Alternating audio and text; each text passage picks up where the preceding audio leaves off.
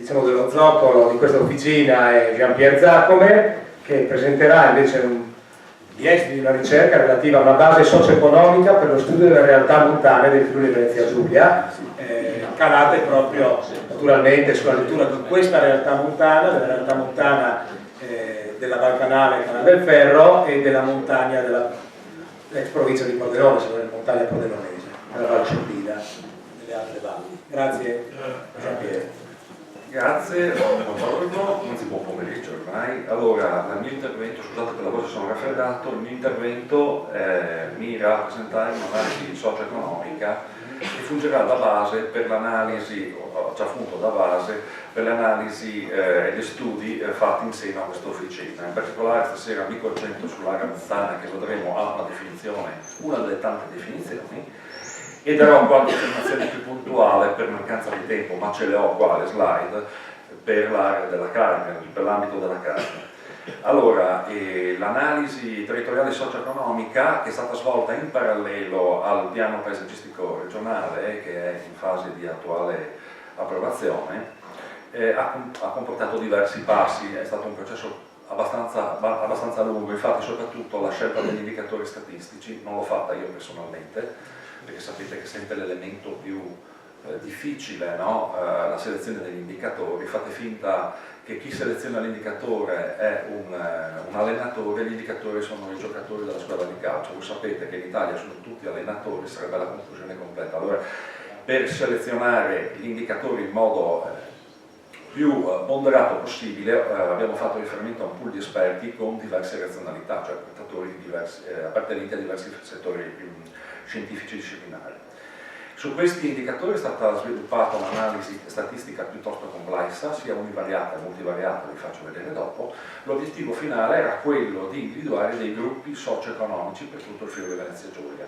Sovrapponendo il layer, cioè le geometrie degli ambiti di paesaggio, siamo riusciti quindi a caratterizzare dal punto di vista socio-economico tali ambiti. La differenza tra gruppo socio-economico e ambito di paesaggio vi è oscuro, infatti partiamo subito con la definizione degli ambiti di paesaggio regionali. Questi sono stati decisi dalla Regione in aiuto, in accordo con l'Università di Udine, sulla base di considerazioni geomorfologiche piuttosto ampie. Quello che a noi riguarda questa sera è che il territorio del Friuli Venezia Giulia è stato diviso in 12 ambiti, di cui i primi 3 sono gli ambiti montani, quindi abbiamo la Carnia, l'ambito che chiamiamo delle 3 valli, Val Canale, Canale del Ferro e Valesia, e poi le alte valli occidentali. Io farò un focus adesso su questi 3 ambiti, cioè il mio obiettivo è quello di descrivere dal punto di vista socio-economico questi 3 ambiti. Allora, lo facciamo, ovviamente la descrizione avviene sulla base dei 23 indicatori che abbiamo selezionati, che in realtà sono 22 indicatori sempre costruiti sotto forma di rapporto, per ovviamente eliminare l'effetto dimensionale della diversa forma di ciascun comune, dove abbiamo scelto 22 indicatori, sono 8 di natura economica, 12 indicatori sociali e poi l'ultimo è l'altimetria.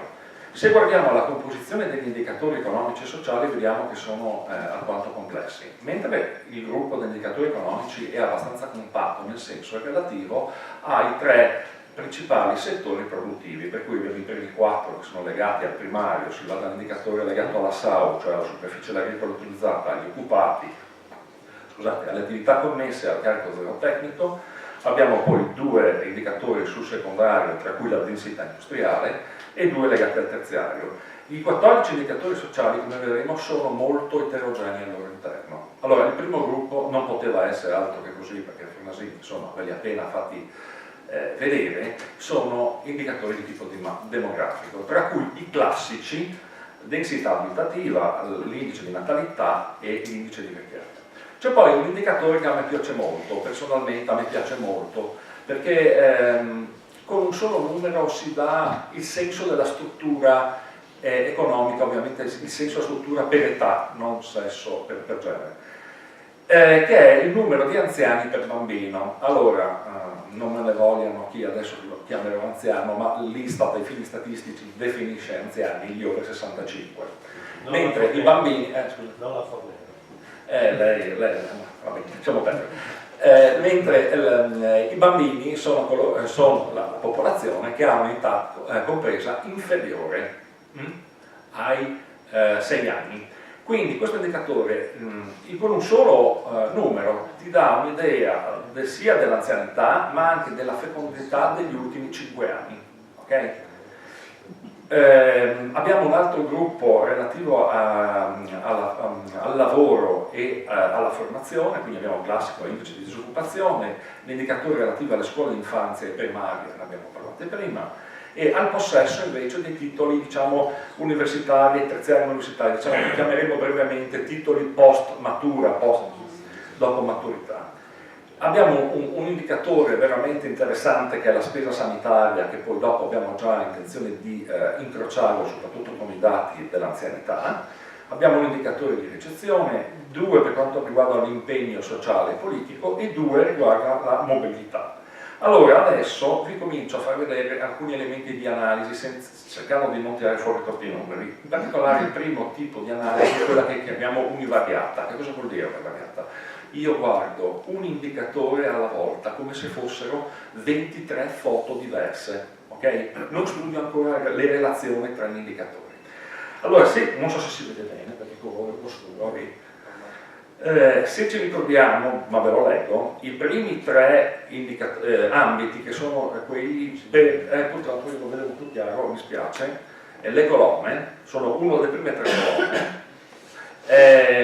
fanno vedere come la prima riga c'è scritto SAU, l'indicatore relativo alla superficie agricola utilizzata, sono caratterizzate da una forte omogeneità al loro interno. Cosa vuol dire? Che ci sono comuni nei 3 ambiti che hanno valori molto simili. In questo caso sappiamo tutti che la SAU, cioè la superficie agricola aumentata dall'altimetria, diminuisce. Secondo, diciamo, l'ellisse rossa, la stessa cosa è la densità abitativa.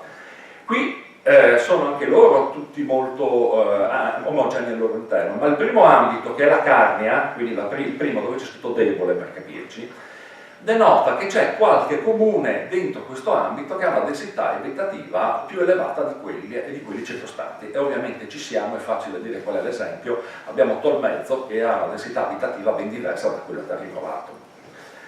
E se guardiamo l'ultimo ellisse sotto, è il semplice conteggio di caratterizzazione. Cosa vuol dire? Per quegli indicatori che si sono comportati in modo omogeneo all'interno dell'ambito, mentre gli ambiti 2 e 3 hanno 10-11 caratterizzazioni, quindi sono ambiti abbastanza omogenei, la carnia, che è il primo, con quel 5, ne ha la metà. Quindi la prima informazione che io ho da questa informazione divariata è: ma probabilmente stai attento che la carnia non è così omogenea al proprio interno, ok? Allora, passiamo all'analisi multivariata. Perché? Perché il vero valore aggiunto dell'analisi statistica non è guardare al singolo indicatore, ma guardare in modo simultaneo a tutti gli indicatori, cioè far emergere l'informazione latente, quella che sta tra gli indicatori, che è dovuta ai legami che ci sono tra i singoli indicatori. Non vi do subito la soluzione, vi do un passaggio intermedio. Ho fatto le cartografie relative all'analisi multivariata sulla sinistra dei soli indicatori economici e sulla destra dei soli indicatori sociali. Vi ricordo che il reticolato in blu, che sono gli ambiti, sono esogeni alla nostra analisi. Cosa vuol dire? Adesso nell'analisi statistica di classificazione lei non sa cosa sono gli ambiti, non li conosce, sono completamente indipendenti.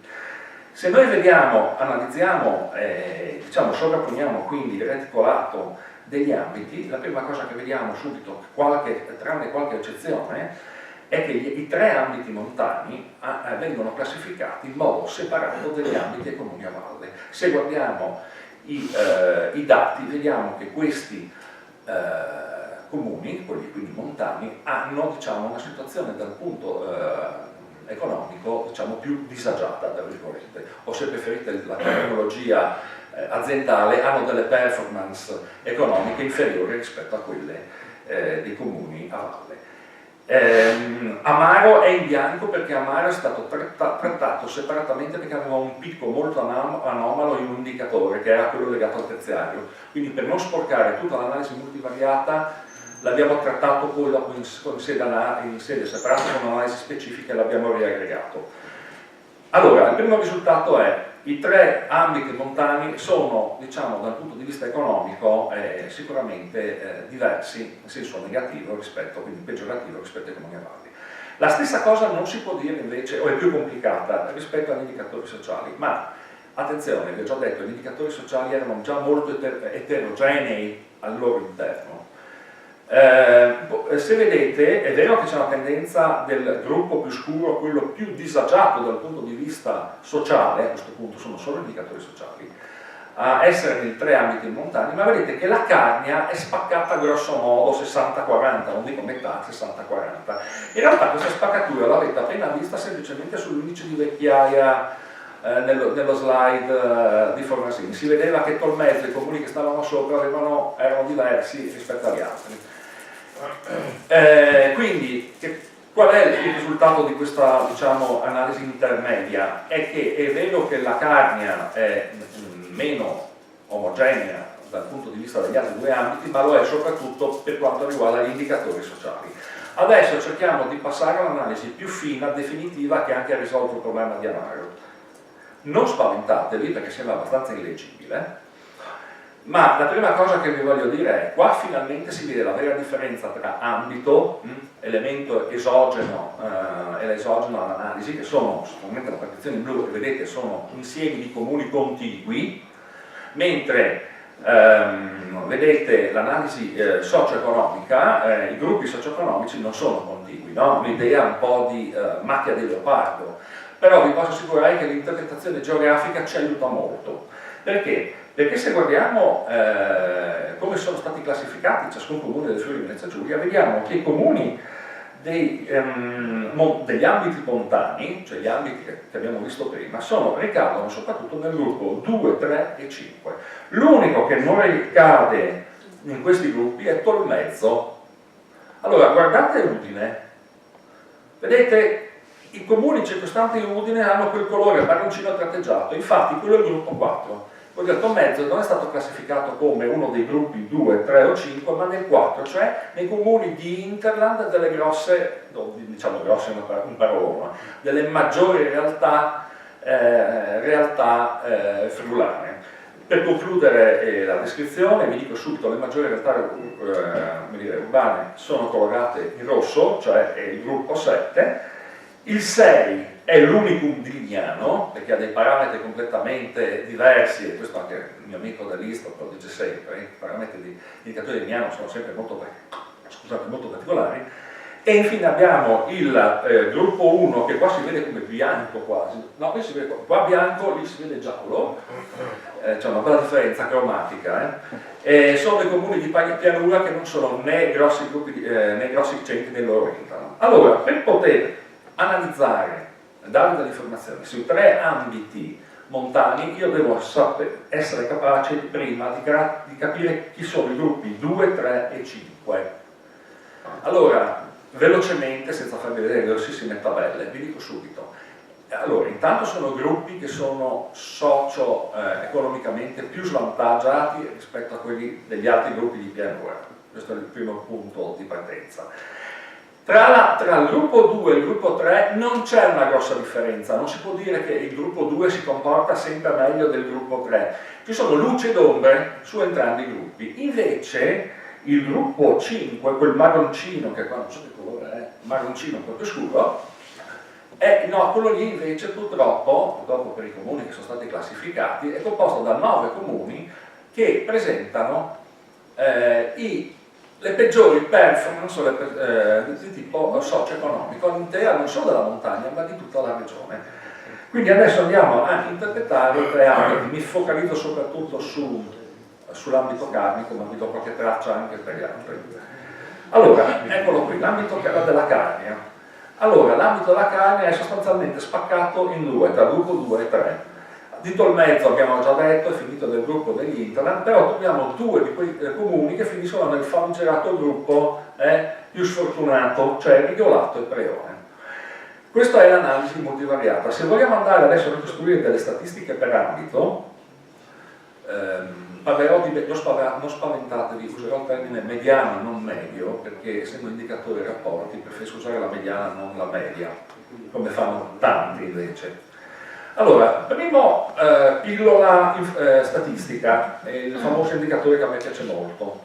Il numero di anziani per bambini, 6,4 anziani per bambino, quindi in Carnia 6,4 è il numero mediano di persone over 65 per ogni bambino da 1 a 5 anni. Voi mi direte, mi dai un parametro di riferimento? Sì, ve lo do. 4,8 è quello regionale. Quindi vedete che ci sono quasi 2 anziani in più, circa 2 teste in più nell'ambito carnico.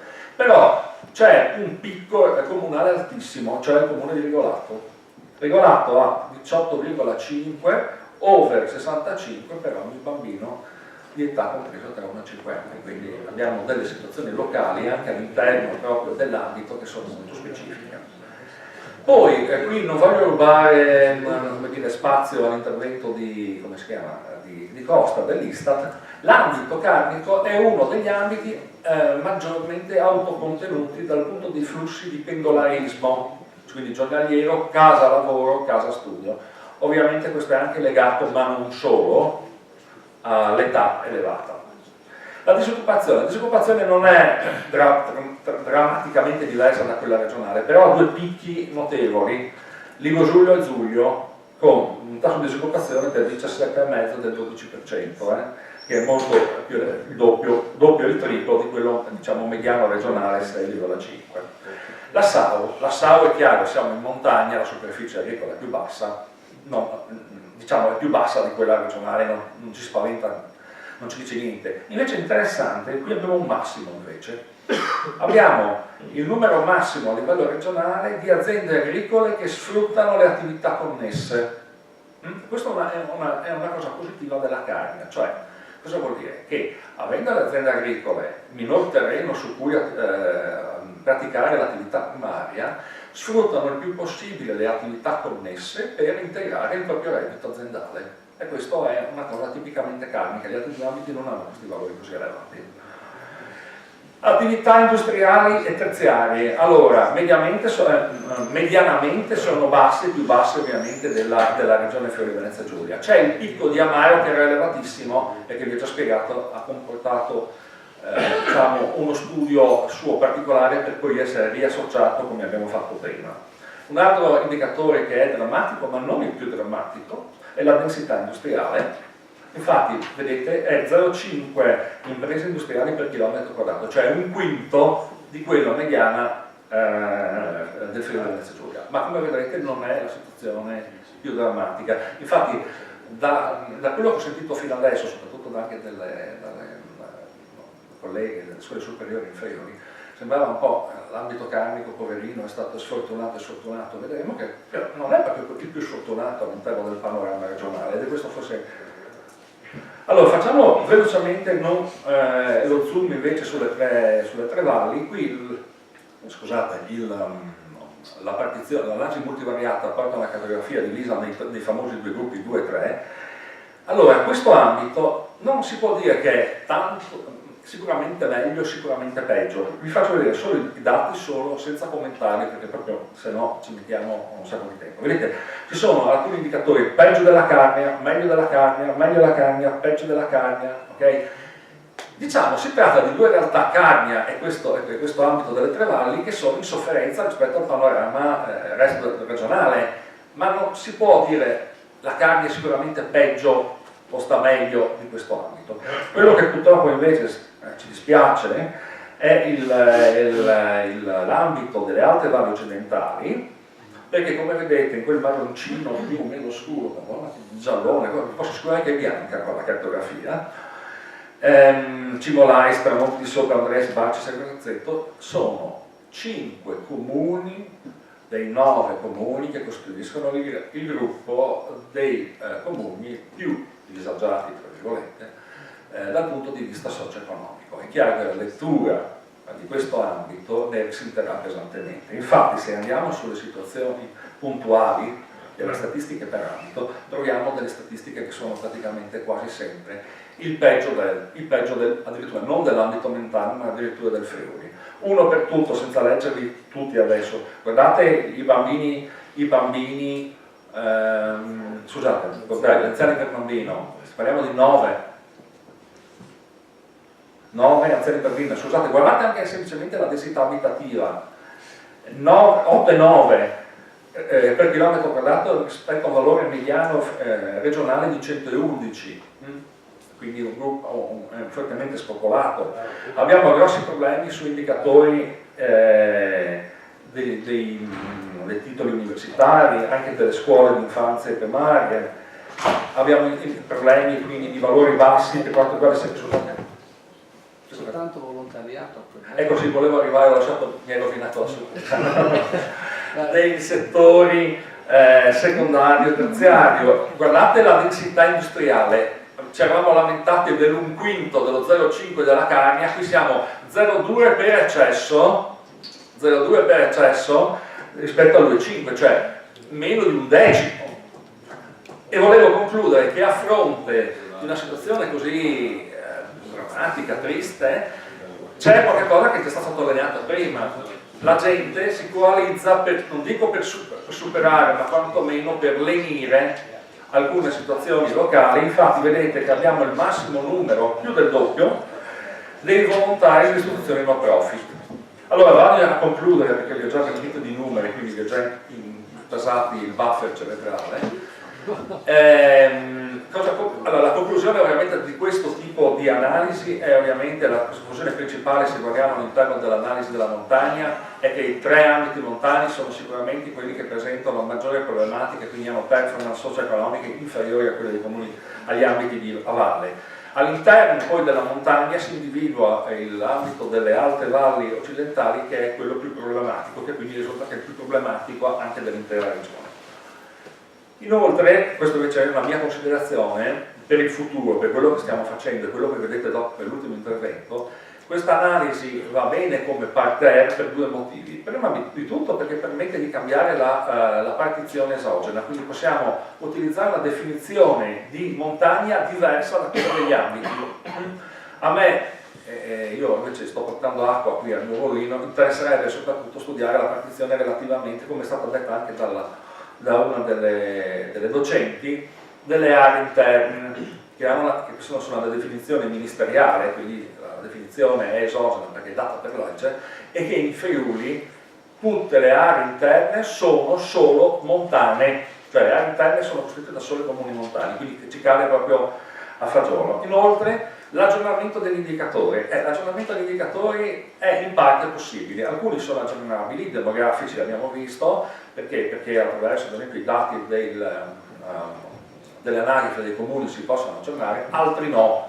Classico indicatori che non si possono aggiornare ancora, bisogna aspettare il 2021, cioè presso i censimenti, sono gli indicatori della mobilità, quindi dei flussi di pendolarismo casa-lavoro, casa-studio, che sarà proprio l'oggetto di trattazione poi del dottor Costa.